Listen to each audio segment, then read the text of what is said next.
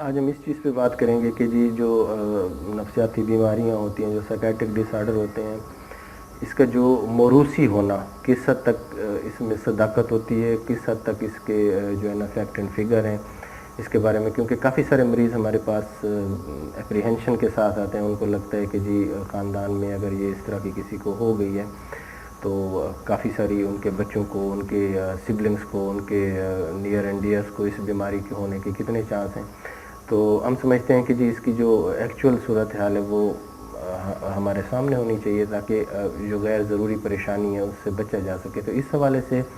گزارش یہ ہے کہ جو سب سے زیادہ جس کی موروثی حوالے سے دیکھا گیا ہے کہ اگر خاندان میں کوئی بیماری اس حوالے سے پائی جاتی ہے، خاص طور پہ جنہیں ہم فرسٹ ڈگری ریلیٹو کہتے ہیں، یعنی کہ جن کا جو موروثیت کے حوالے سے جو تعلق بنتا ہے وہ بہن بھائی کے حوالے سے، ماں باپ کے حوالے سے، یعنی انہیں ہم فرسٹ ڈگری ریلیٹو جو کہتے ہیں، خاص طور پہ ان کے حوالے سے، بچوں کے حوالے سے، یعنی کہ والدین کو تو بچوں میں، بہن کو تو بھائی کو،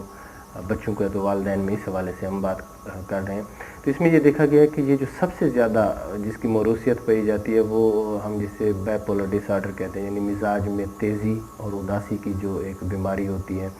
اس کا سب سے زیادہ ہمارے پاس اس کی ایویڈنس ہے کہ وہ تقریباً 80%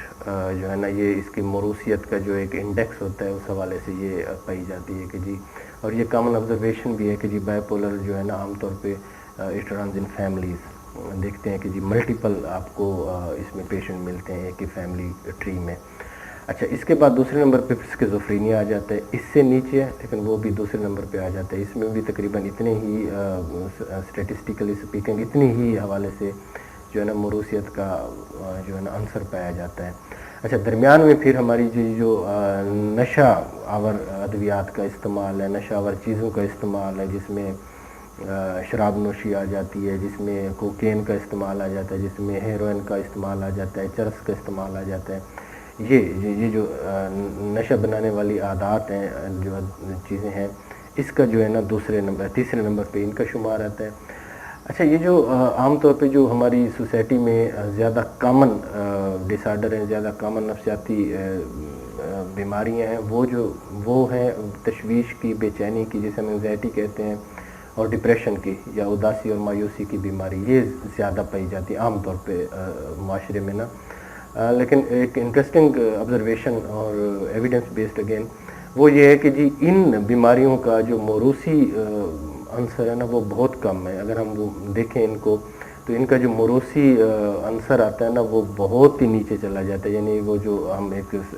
ٹیبل بناتے ہیں اس کے بالکل اینڈ پہ یہ چیزیں جاتی ہیں. تو اس حوالے سے یہ ایک حوصلہ افزا چیز ہے کہ جو کہ سب سے زیادہ کامن بیماری ہے اس کا موروثی جو عنصر ہے نا وہ بہت جو ہے نا کم ہے، وہ سب سے آخر میں جاتا ہے. تو یہ